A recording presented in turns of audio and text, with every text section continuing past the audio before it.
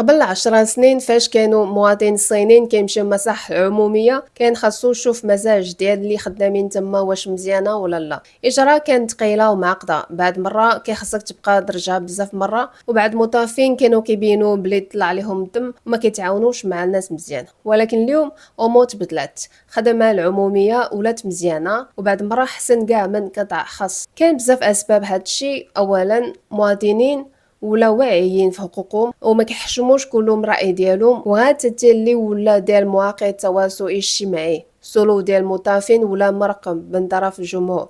داكشي علاش ولا خاص رد باب صورة ديالهم وطريقة التعامل. نزيد على هادشي إدارة ولا واضحة، الا ما كانش مواطن راضي ممكن تواصل مع جهات كبيره باش دير شي شكايه باش حافظوا على خدامته. موظفين ولاو كيصبروا وخدموا مزيان، حتى حكومه كيشجع المواطنين باش تعاونوا في رقابه، هادشي كيعاون بزاف. واليوم بزاف اجراء ولا ممكن دار غير من انترنت عن طريق ميساج ولا تطبيقات ولا حساب رسميه وخدمه ديال الاجابه على اسئله. واخيرا كيبقى منصب مدفع عمومي طموح ديال كاع الشباب، خدم استقراء ومازال اللي كياخدوا وكيديروا جهد كبير باش يحافظوا على مناصب ديالهم، انهم يقدموا خدمه جوده مزيانه باش حسنوا التجربه مواطنين. شنو بالكم؟